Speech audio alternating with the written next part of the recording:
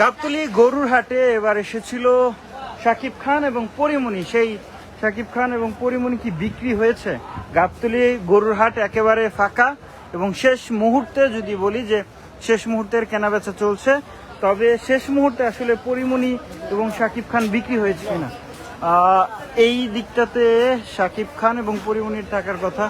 শাকিব খান পরিমণি কই জানেন? জানেন না?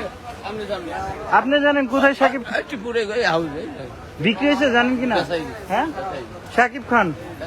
দর্শক সরাসরি দেখছেন ইত্তেফাকে গাবতলী গরুর হাটে শাকিব খান এবং পরিমণি, সেই দুটি যে গরু এসেছিল আলোচিত সামাজিক যোগাযোগ মাধ্যমে বেশ আলোচনায় ছিল, সেই দুটি গরু কি আসলে বিক্রি হয়ে গেছে কিনা আমরা একটু দেখবো। যে এই এদিকে আসলে ছিল গরু এবং এই জায়গাটাতেই ছিল এবং দেখতে পাচ্ছি সেই জায়গাটা, কিন্তু আমরা এই মুহূর্তে শাকিব খান কিংবা পরিমণি কাউকেই দেখতে পাচ্ছি না।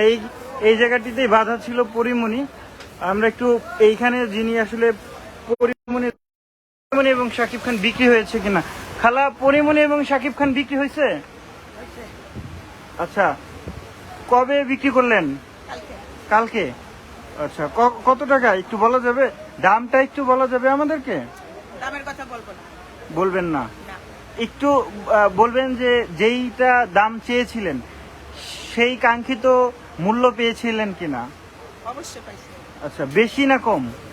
অর্ধেক একটু বেশি, মানে যেই দামটা বলছিলাম তার থেকে একটু কম আছে।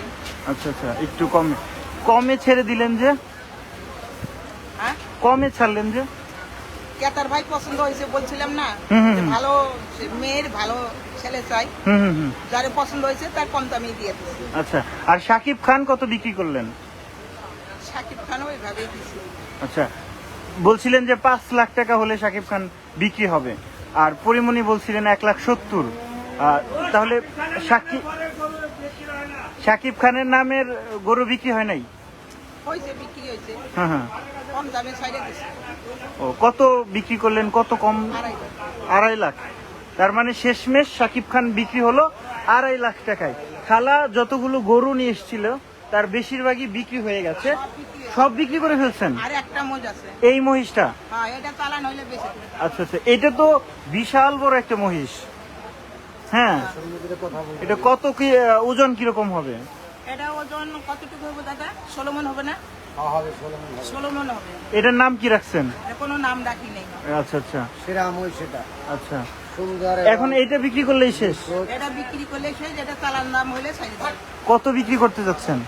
হ্যাঁ, কত বিক্রি করতে যাচ্ছেন? এটা 4.5 লাখ হইলে ছাইড়ে দেব। আচ্ছা, চালান দাম? চালান দাম 4.5 লাখ।